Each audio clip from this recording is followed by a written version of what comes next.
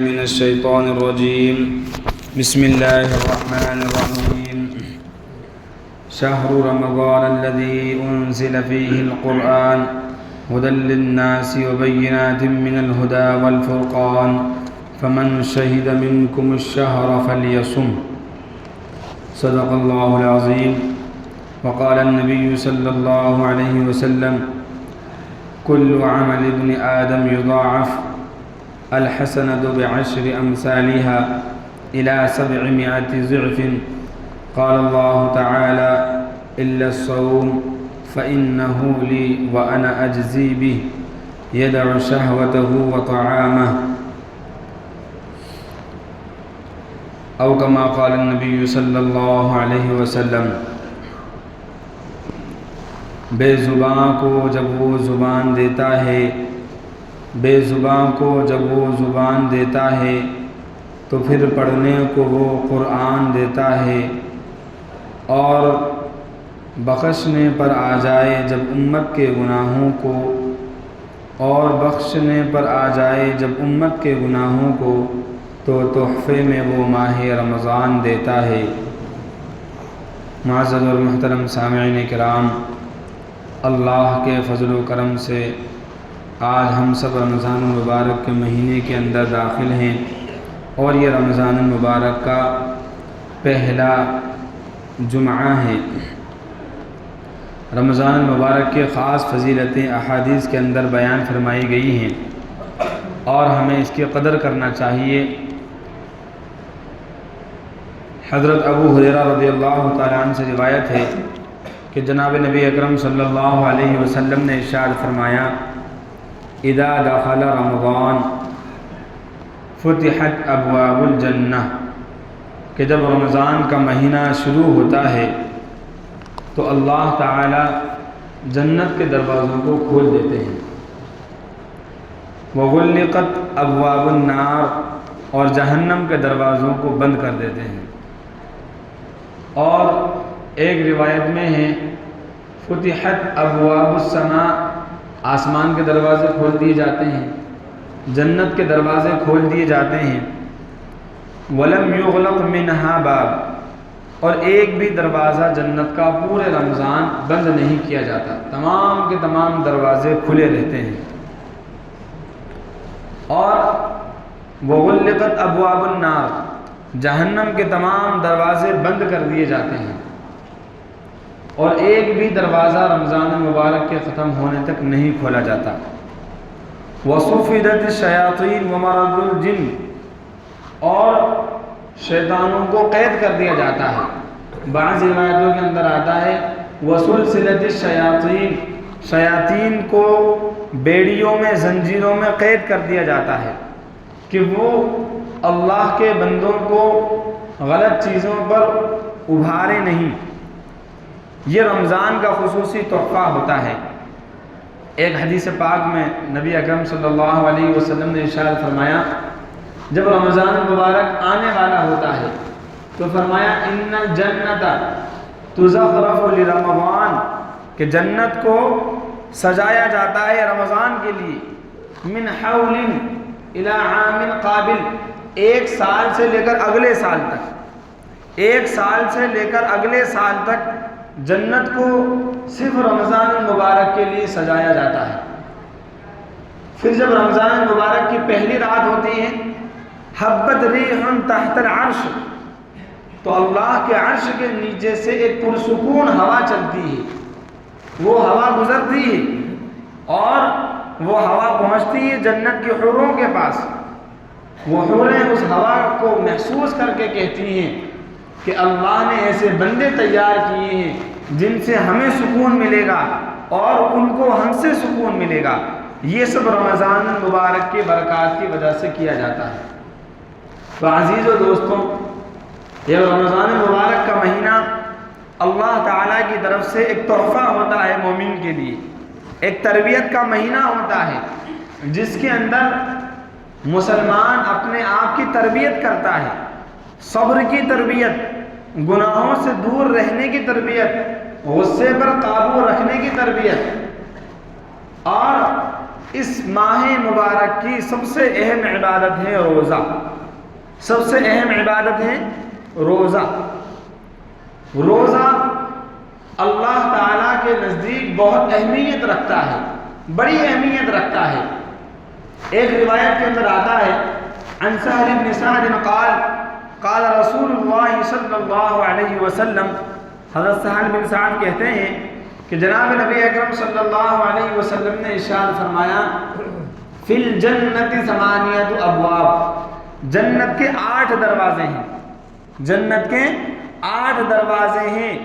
منہا باب یقال له الریان یا یسمى الریان، ان 8 دروازوں میں سے ایک دروازہ ہے جس کا نام ہے باب الریان. اس دروازے کا نام ہے ریان. فرمایا لا يدخل منه الا الصائمون، اس دروازے سے صرف روزے دار لوگ داخل ہوں گے. کتنا بڑا اعزاز اور کتنا بڑا اکرام ہے روزے دار کا کہ جنت کے 8 دروازوں میں سے ایک دروازہ صرف اور صرف روزے دار کے لیے خاص فرما دیا گیا. اگر کسی کو جنت کی طلب ہے تو وہ روزے کا اہتمام کرے، وہ روزے کا اہتمام کرے. اور ایک حدیث میں روزے کی عجیب فضیلت بیان کی گئی. ارشاد فرمایا جناب نبی اکرم صلی اللہ علیہ وسلم نے، حضرت ابو ہریرہ رضی اللہ تعالیٰ روایت کرتے ہیں، یہ بھی بخاری اور مسلم شریف کی حدیث ہے، کل عمل ابن آدم یضاعف، انسان کا ہر نیک عمل بڑھتا ہے، ہر نیک عمل کا اضافہ ہوتا ہے. اور اس کا حساب کیا ہوتا ہے؟ الحسنۃ بعشر امثالها، ایک نیکی 10 نیکی کے برابر، ایک نیکی 10 نیکی کے برابر. اور پھر وہ نیکی بڑھتی جاتی ہے، بڑھتی جاتی ہے، یہاں تک کہ الی 700 ضعف، 700 گنا تک ایک نیکی کا ثواب پہنچ جاتا ہے. یعنی 1 روپے کا ثواب 700 روپیہ تک. دنیا کی کوئی منڈی ایسی نہیں ہوگی جہاں پہ کسی چیز کی اتنی زیادہ قیمت لگائی جاتی ہے. اللہ تعالیٰ اپنے بندوں کے اعمال کی اور نیکیوں کی اتنی قدر فرماتے ہیں کہ ایک نیکی کا ثواب 10 تک، اور 10 سے پھر جیسا اخلاص ہوتا ہے اخلاص کے مطابق 700 گنا تک پہنچ جاتا ہے. لیکن الا الصوم، قال اللہ تعالی الا الصوم، اللہ فرماتے ہیں، اللہ فرماتے ہیں روزے کا یہ معاملہ نہیں ہے. الا الصوم، روزے کا یہ معاملہ نہیں ہے کہ روزے کا ثواب 10 تک یا 70 تک نہیں. فرمایا الا الصوم فانه لی، روزہ تو میرے لیے ہوتا ہے. اللہ فرماتے ہیں روزہ تو بندہ میرے لیے رکھتا ہے، لہذا انا اجزی بھی، میں خود اس کا بدلہ دوں گا. اور اتنا بڑا بدلہ دوں گا کہ ابھی تمہیں کسی کو نہیں بتلایا جا رہا ہے کہ اس کا بدلہ کیا ہوگا. جو بڑی چیز ہوتی ہے، اہم چیز ہوتی ہے، اس کو چھپایا جاتا ہے، اس کو ظاہر نہیں کیا جاتا تاکہ لوگ اس کی طلب میں لگے رہیں، اس کی تلاش میں لگے رہیں. جیسے کہ شب قدر کو چھپا دیا گیا. شب قدر کسی ایک دن متعین میں نہیں آتی، شب قدر پورا رمضان میں یا آخر عشرے میں کبھی بھی آ جاتی ہے. ایسے ہی فرمایا کہ روزے کی شان الگ ہے. روزے کا معاملہ یہ ہے کہ بندہ روزہ میرے لیے رکھتا ہے تو میں خود اس کا بدلہ دوں گا. اللہ مالک الملک ہے، کائنات کا بادشاہ ہے، ذرے ذرے کا، پتے پتے کا خالق ہے، ریت کے ذروں کو جاننے والا ہے، آسمان کے تاروں کو جاننے والا ہے، سورج اور چاند کو روشنی دینے والا ہے. ساری کائنات میں جو کچھ بھی ہوتا ہے اللہ کے حکم سے اور اس کے اشارے سے ہوتا ہے. اللہ چاہے تو سب کچھ ہو جاتا ہے، اور اللہ کا اشارہ اور اس کا حکم نہ ہو تو کچھ بھی نہیں ہو سکتا. وہ اللہ فرماتا ہے کہ روزہ میرے لیے رکھا جاتا ہے، میں خود اس کا بدلہ اپنے ہاتھوں سے دوں گا. یعنی میں خود اس کا بدلہ دوں گا، فرشتوں سے اس کا بدلہ نہیں دلوایا جائے گا. روزے کی فضیلت کے لیے یہی ایک بات کافی ہے، یہی ایک بات کافی ہے کہ اللہ خود اس کو اپنی طرف سے روزے کا بدلہ عطا فرما دے. آج آپ دیکھو کوئی بڑے سے بڑا کام کر دیتا ہے تو اس کو کسی بڑے آدمی کے ذریعے سے انعام دلوایا جاتا ہے. حالانکہ بہت مشکل سے کوئی ایسا ہوتا ہوگا جس کو سی ایم کے ہاتھ سے انعام مل جائے، لیکن اگر کسی کو مل گیا تو وہ بہت حفاظت سے اپنا فوٹو اور اخبار کی کٹنگ رکھتا ہے، بہت اہمیت سے. پھر پی ایم کے ہاتھوں سے کوئی انعام مل جائے، پھر اس کے بڑے آدمی سے کے ہاتھوں سے کوئی انعام مل جائے، لیکن یہاں پر ساری کائنات کا اور تمام بڑوں کا بڑا، تمام نبیوں کا خالق اللہ رب العالمین اپنے ہاتھوں سے روزے دار کو اس کے روزے کا ثواب عطا فرمائیں گے۔ اس سے بڑی اور کیا فضیلت ہو سکتی ہے؟ اور آگے اسی روایت میں فرمایا روزے دار کی فضیلت دیکھیے آپ، عشق کا معاملہ، محبت کا معاملہ۔ اللہ فرماتے ہیں کہ روزہ میرے لیے یدع شہوتہ وطعامہ، بندہ روزے کی وجہ سے اپنے خواہش کو چھوڑ دیتا ہے، اپنے کھانے پینے کو چھوڑ دیتا ہے۔ دنیا کے اندر کوئی بھی انسان غالباً 6 گھنٹے تک ایسا نہیں رہ سکتا ہوگا کہ وہ کچھ کھائے نہیں یا کچھ پیے نہیں۔ 2 گھنٹے گزر گئے، 3 گھنٹے گزر گئے تو بہت بڑی بات ہے، ورنہ تو لاؤ پانی کی بوتل، ذرا پانی دو۔ کچھ بھی نہیں کھایا تو چلو چینی کے 2 دانے کھا لیتا ہوں، سونف کھا لیتا ہوں، کوئی چیز بھی منہ میں ڈال لیتا ہے۔ 6 گھنٹے بہت ہوتے ہیں، لیکن آپ روزے دار کا صبر دیکھیے۔ اللہ کیوں نہ اس سے محبت فرمائے کہ وہ صبح 5 بجے سے کھانا بند کرتا ہے تو شام کے 7 بجے تک وہ کھانے سے رکا رہتا ہے، پانی سے رکا رہتا ہے، اپنی ضرورتوں سے رکا رہتا ہے، خواہش سے رکا رہتا ہے، شہوتوں سے رکا رہتا ہے، تمام کی تمام چیزوں سے وہ رکا رہتا ہے۔ کس لیے؟ اللہ تعالیٰ کے لیے۔ اللہ فرماتے ہیں یدع شہوتہ وطعامہ، کہ وہ میرے لیے اپنی شہوت کو چھوڑتا ہے اور میرے لیے اپنے کھانے کو چھوڑ دیتا ہے۔ یہ اللہ تعالیٰ خاص فضیلت عطا فرماتے ہیں روزے دار کے لیے۔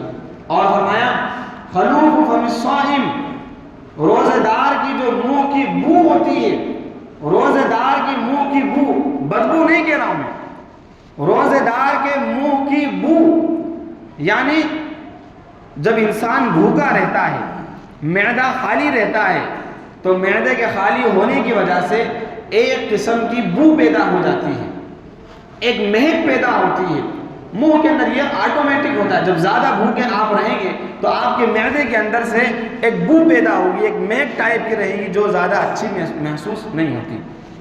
لیکن کائنات کا بادشاہ کہتا ہے کہ میرے نزدیک مشک کی خوشبو سے بھی زیادہ پسندیدہ ہے وہ روزے دار کے منہ کی بو۔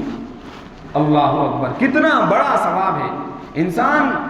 کوئی انسان کسی سے کتنی محبت کیوں نہ کرتا ہو، لیکن جب اس کے منہ کی بو آتی ہے تو اپنا چہرہ انسان اس سے پھیر لیتا ہے۔ لیکن یہ عشق کا معاملہ ہے، محبت کا معاملہ ہے۔ اللہ بندوں سے محبت کرتے ہیں کیونکہ بندہ اللہ کے لیے اپنی تمام کی خواہشات کو چھوڑ دیتا ہے، تمام چیزوں کو وہ چھوڑ دیتا ہے، اس لیے اللہ تعالیٰ اس کے منہ کی جو بو ہوتی ہے اس کو بھی پسند فرماتے ہیں۔ اور ایک حدیث میں تو حضور پاک صلی اللہ علیہ وسلم نے قسم کھا کر ارشاد فرمایا والذی نفس محمد بیدی، قسم ہے ذات پاک کی جس کے قبضے میں محمد کی جان ہے، کہ اللہ تعالیٰ کے نزدیک روزے دار کے منہ کی بو اللہ کے نزدیک مشک کی خوشبو سے بھی زیادہ پسندیدہ ہوتی ہے۔ اس لیے میرے عزیزوں روزے کا اہتمام کریں، روزہ رکھنے کی کوشش کریں، روزے سے پیچھے نہ ہٹیں۔ روزہ فرمایا اللہ کے قرب کا ذریعہ ہے، روزے سے انسان بھوکا رہتا ہے، اللہ تعالیٰ اس پر رحم کھاتے ہیں۔ ایک روایت کے اندر آتا ہے جناب نبی پاک صلی اللہ علیہ وسلم نے ارشاد فرمایا کہ روزہ اور قرآن، الصیام والقرآن یشفعان، قرآن پاک اور روزہ یہ 2 چیزیں ایسی ہیں جو روزے دار کے لیے اور قرآن شریف قرآن پڑھنے والے کے لیے سفارش کرتے ہیں۔ روزہ کیا سفارش کرتا ہے؟ یقول الصیام، روزہ کہتا ہے انی منعتہ من الشہوات، کہ میں نے اس انسان کو شہوتوں سے روکا۔ روزہ اللہ کے بارگاہ میں عرض کرے گا میرے رب میں نے اس کو کھانے پینے سے روکا، میری وجہ سے یہ بھوکا رہا، اور قرآن کہے گا اے میرے رب یہ راتوں کو جاگ کر مجھے پڑھا کرتا تھا، اس نے میری وجہ سے نیند کو چھوڑ دیا، سحری کے بعد فوراً آ کر کے قرآن پاک پڑھا کرتا تھا، سوتا نہیں تھا۔ یہ دونوں اللہ کے دربار میں سفارش کریں گے، اور فرمایا فیشفعان، ان روزے کی اور قرآن پاک کی سفارش اللہ تعالیٰ قبول فرمائیں گے، اور روزے دار کی اور قرآن پاک پڑھنے والے کی مغفرت فرما دیں گے۔ اس لیے عزیزان ملت ان لمحات کو، ان ساعتوں کو غنیمت جانیں۔ آج بھی بہت سے لوگ ایسے ہیں جن کو رمضان مبارک کی کوئی پرواہ نہیں ہے، رمضان سے پہلے وہ جیسے تھے رمضان کے آنے کے بعد بھی ویسے ہی ہیں۔ ہاں، تجارت میں اضافہ کر دیا، خرید و فروخت میں اضافہ کر دیا۔ آپ دیکھیں جب رمضان المبارک آتا ہے، ایک طرف مسجدوں کی رونقیں بڑھ جاتی ہیں، دوسری طرف بازار کی محفلوں میں بھی اضافہ ہو جاتا ہے، بازار کے اندر خرید و فروخت کی آمد بڑھ جاتی ہے، ادھر مسجدوں کے اندر نورانی محفل سجنے لگتی ہیں، نمازیوں میں اضافہ ہو جاتا ہے۔ اب سمجھدار بندہ وہ ہے جو بازار سے اپنے وقت کو بچا کر کے مسجد میں اپنے وقت کو خرچ کر دے، کیونکہ دونوں بازار اور مسجد دونوں کے بارے میں نبی پاک صلی اللہ علیہ وسلم کا ارشاد گرامی ہے۔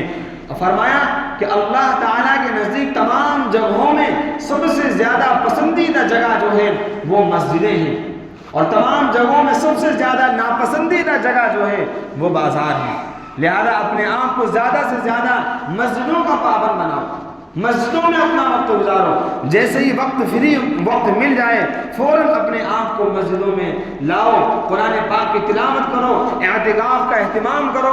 اور یہ رمضان کیا ہے، ہم اس کی قدر نہیں کرتے ہیں، ورنہ نبی پاک صلی اللہ علیہ وسلم نے ارشاد فرمایا کہ لو علمت امتی، لو علمت الناس، اگر لوگ جان لیں ما رمضان، کہ رمضان کی فضیلت کیا ہے، رمضان کی برکت کیا ہے، تو نبی پاک صلی اللہ علیہ وسلم نے ارشاد فرمایا لتمنت امتی ان یکون السنۃ کلھا، کہ پوری امت یہ تمنا کرنے لگے کہ کاش پورا سال رمضان ہی بن جائے، پورے سال ہی رمضان مبارک کا مہینہ رہے۔ تھوڑی سی مشکل ہم برداشت نہیں کر سکتے۔ بہت سے لوگ اچھے خاصے جوان، ہٹے کٹے، طاقت والے، بدن کے اندر طاقت ہے، اس کے باوجود وہ روزہ نہیں رکھتے، ایسے ہی کھاتے پھرتے ہیں۔ اور اس پر دوسرا جرم یہ کہ روزہ نہ رکھ کر ان کو شرم بھی نہیں آتی، وہ بے شرم گھومتے رہتے ہیں، ہوٹلوں پر کھاتے پھرتے ہیں، گھر کی مستورات جو روزے دار ہیں ان کے سامنے کھاتے ہیں، جو بچے ہیں ان کے سامنے کھاتے ہیں۔ یہ بے شرمی بھی ہے اور بے غیرتی بھی ہے۔ اور اس سے بڑی بے غیرتی کیا ہوگی کہ ساری امت روزہ رکھ رہی ہے اور یہ صحت مند اور تندرست ہونے کے باوجود روزہ نہیں رکھ رہا ہے۔ بتلاؤ کہ اگر سارے سال کھایا اس نے، 3 ٹائم کھایا، اگر ایک مہینہ اپنے کھانے کے اوقات کو بدل لے، اللہ نے کھانے سے تو منع نہیں کیا، صرف یہ کہا ہے کہ صبح کھا لو، ادھر شام کو کھا لو، یہ تو نہیں کہا کہ 24 گھنٹے میں کھاؤ ہی مت۔ یہ صحابہ کرام کے وقت میں تھا کہ جیسے ہی نیند لگ جاتی روزہ شروع ہو جایا کرتا تھا۔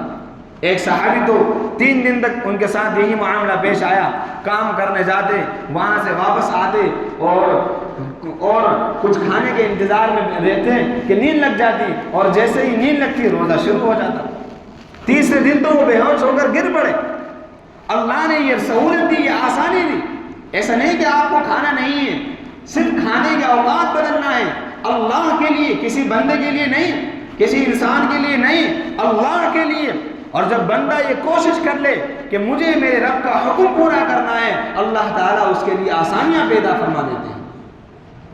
یہاں تک کہ جو لوگ بیمار ہیں، جو بزرگ ہیں، یہاں تک کہ جو لوگ شوگر کے مریض ہیں، جن کو ڈاکٹر کی ہدایت ہوتی ہے کہ 2 گھنٹے پر آپ کو کھانا ہے پینا ہے، جب انہوں نے ہمتیں کی اور اللہ کے ذات پر بھروسہ کیا اور انہوں نے روزہ رکھا، اللہ تعالیٰ نے ان کے روزے کو کامیاب کر دیا، کوئی پریشانی نہیں آئی۔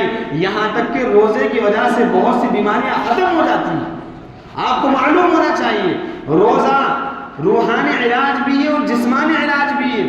روزہ سے روح بھی ترقی پاتی ہے اور جسم بھی ترقی پاتا ہے۔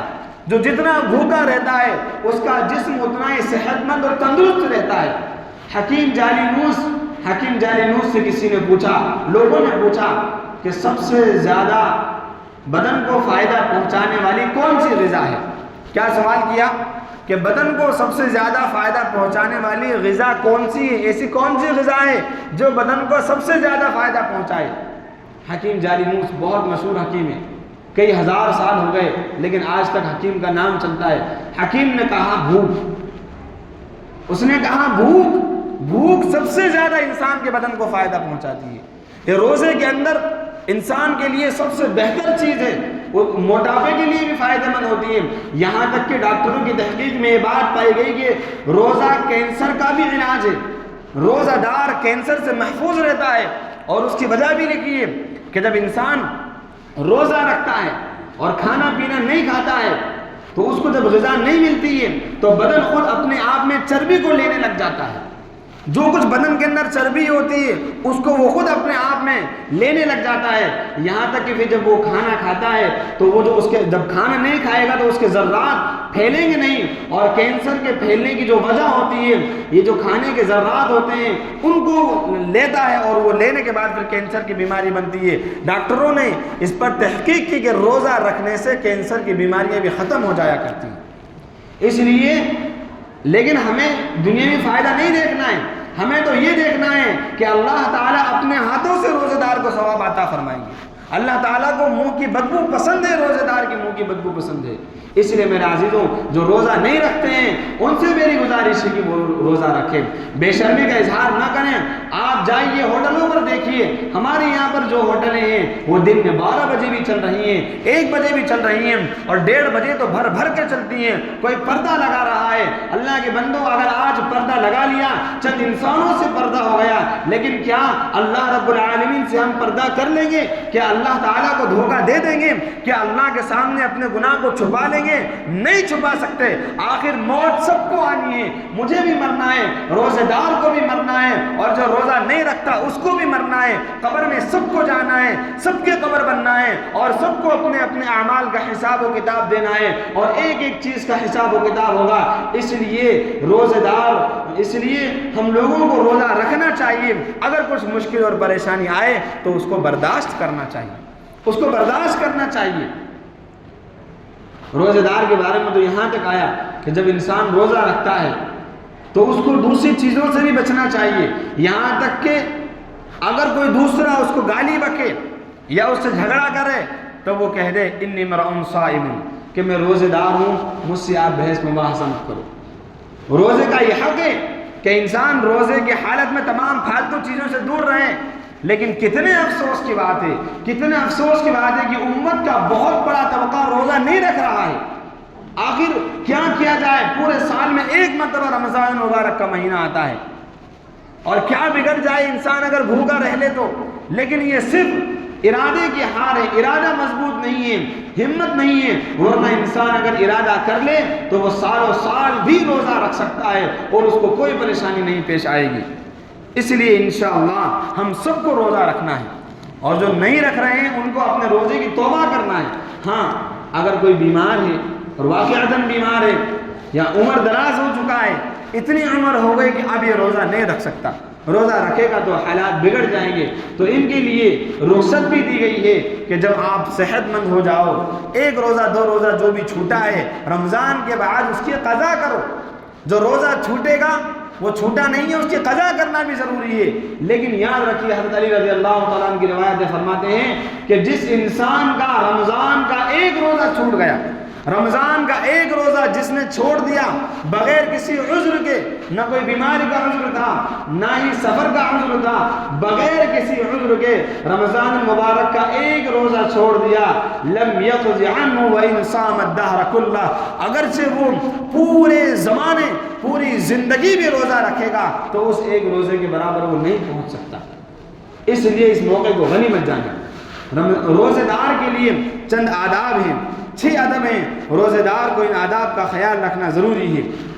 سب سے پہلی چیز بزرگوں نے لکھا ہے کہ روزے دار کے لیے سب سے پہلی چیز ہے آنکھ کی حفاظت کرنا۔ روزے دار اپنی نگاہوں کی حفاظت کرے۔ حدیث پاک کے اندر آتا ہے کہ یہ جو نگاہ ہے یہ شیطان کے تیروں میں سے ایک تیر ہے، جہاں نگاہ پہنچ گئی وہاں پورا انسان پہنچ جاتا ہے، اور جب نگاہ کسی غلط چیز پر پڑی اور اس نے اپنے آپ کو بچا لیا اور نگاہ کو پھیر لیا، حدیث پاک کے اندر ہے کہ اللہ تعالیٰ اس کو ایمان کا ایسا ذائقہ عطا فرماتے ہیں کہ موت تک یہ اس کو محسوس کرتا رہے گا۔ اس لیے نگاہوں کو بچائیں، اسی لیے بازار میں کم جائیں، جہاں بدنگاہی ہوتی ہے ان جگہوں سے اپنے آپ کو بچائیں۔ اب تو بازار جانے کی ضرورت ہی نہیں، موبائل میں سب کچھ نظر آ رہا ہے۔ موبائل سے اپنے آپ کو دور رکھیں۔ سب سے زیادہ بدنگاہی موبائل کے اندر ہوتی ہے۔ کیا ضرورت ہے جب ہم نے روزہ رکھ لیا جتنی دیر موبائل دیکھنا ہے اس سے زیادہ ہم قرآن دیکھیں، قرآن کو پڑھیں گے، چہرہ نورانی ہوگا، دل دماغ معطر ہوگا اور دل کے اندر نورانیت پیدا ہوگی۔ یہ جو موبائل ہے، اس موبائل نے ہم سے قرآن پاک کو چھڑوا دیا۔ روزے کی حالت میں بھی روزہ رکھ کر کے 3 گھنٹے موبائل میں لگا ہوا ہے تو اس کے روزے کا کیا فائدہ؟ اس کے روزے کا کیا فائدہ؟ کسی نے کہا زمانے میں جدا پہچان رکھتے ہیں، زمانے میں جدا پہچان رکھتے، یعنی ہم سب سے الگ پہچان رکھتے، زمانے میں جدا پہچان رکھتے ہم، کاش کہ نبیوں کا جو تھا وہ ایمان رکھتے ہم، اور زمانہ ادب سے چومتا ہمارے ہاتھوں کو صاحب، گر موبائل کی جگہ ہاتھوں میں قرآن رکھتے ہیں۔ قرآن پاک ہمارے ہاتھوں کی زینت ہونا چاہیے، تو ان نگاہوں کو بچائیں۔ اور دوسری چیز ہے کان کی حفاظت، اپنے کان کی بھی حفاظت کریں، اپنے کان کی حفاظت کریں۔ کان کی حفاظت غلط چیزوں کے سننے سے، گانوں کے سننے سے، گالیوں کے سننے سے، لغو اور بیہودہ بات بولنے سے اور سننے سے اپنے آپ کو بچائیں۔ جہاں پھالتو باتیں ہو رہی ہوں، لوگوں کی غیبتیں ہو رہی ہوں، لوگوں کے عیب بتلائے جا رہے ہوں، برائیاں ہو رہی ہوں، اپنے آپ کو وہاں سے بچائیں اور وہاں سے اٹھ کر چلے جائیں۔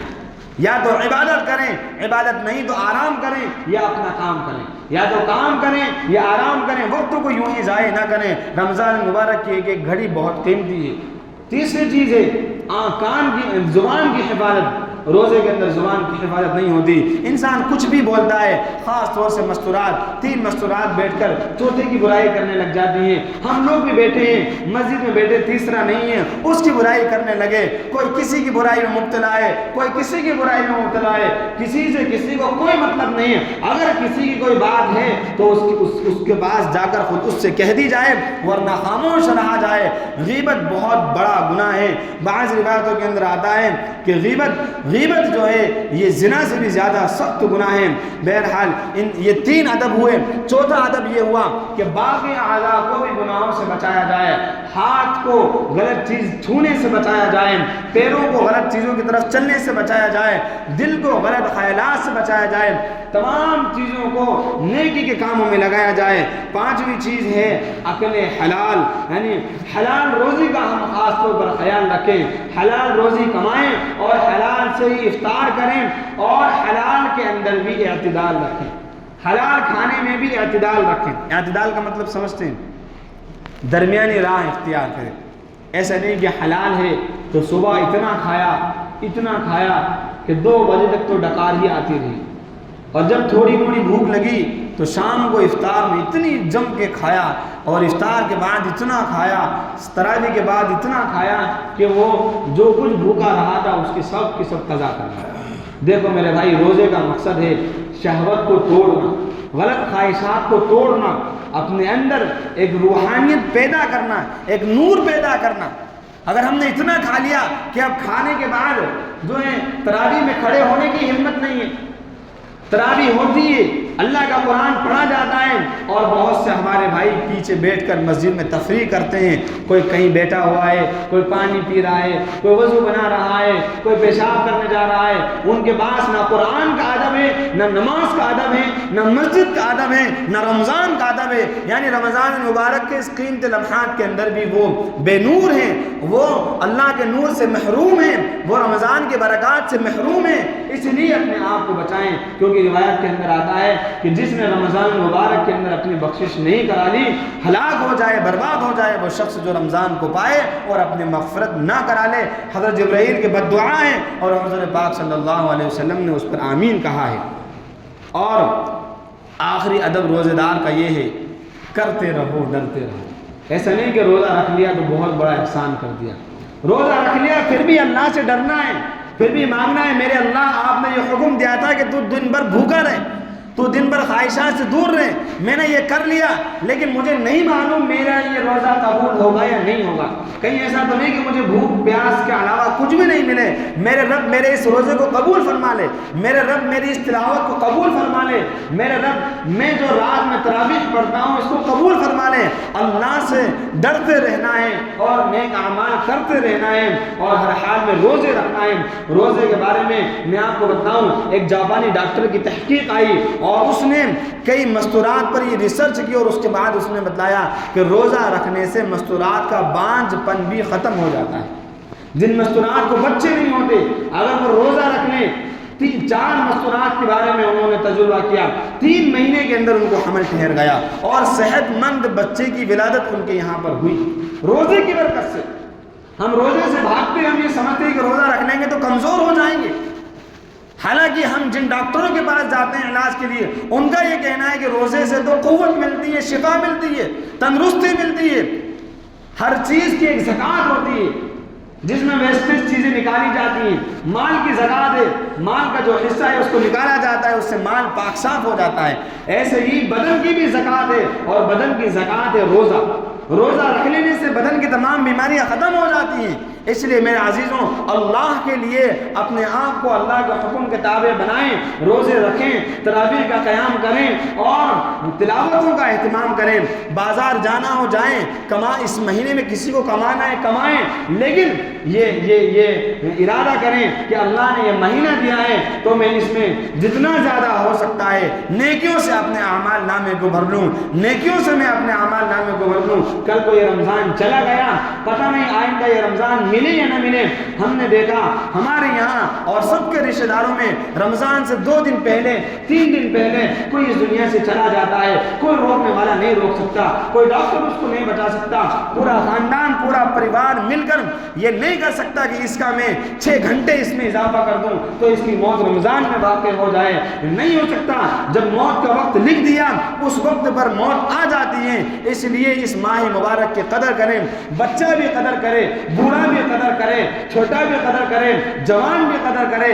جوان خاص طور سے اس ماہ میں عبادت سے غافل نہ رہے، وہ پورے دن اپنے آپ کو عبادت میں لگائے، راتوں میں عبادت میں لگائے، ایک نماز بھی بغیر جماعت سے نہ پڑھے، ہر نماز مسجد میں آ کر تکبیر اولیٰ کے ساتھ جماعت سے پڑھے۔ اگر 40 نمازیں اس حال میں ادا کر لی کہ 40 کی 40 نمازوں میں تکبیر اولیٰ کے ساتھ ہم نے نماز پڑھی، اللہ تعالیٰ جہنم سے برات کا پروانہ عطا فرما دیں گے اور نفاق سے برات کا پروانہ عطا فرما دیں گے۔ لہذا ہم اس ماہ مبارک کی قدر کریں۔ آخر میں یہ بات کہہ کر کے میں بات ختم کرتا ہوں کہ بے زبان کو جب وہ زبان دیتا ہے تو پڑھنے کو وہ قرآن دیتا ہے اور بخشنے پر آ جائے جب امت کے گناہوں کو تو تحفے میں وہ ماہ رمضان دیتا ہے۔ اس کو تحفہ سمجھ کر کے اپنی زندگی کی قدر کریں اور اپنے اعمال نامے کو نیکیوں سے بھر لیں۔ اللہ رب العالمین ہم سب کو اس ماہ مبارک کی قدر کرنے کی توفیق عطا فرمائے، آمین۔ وآخر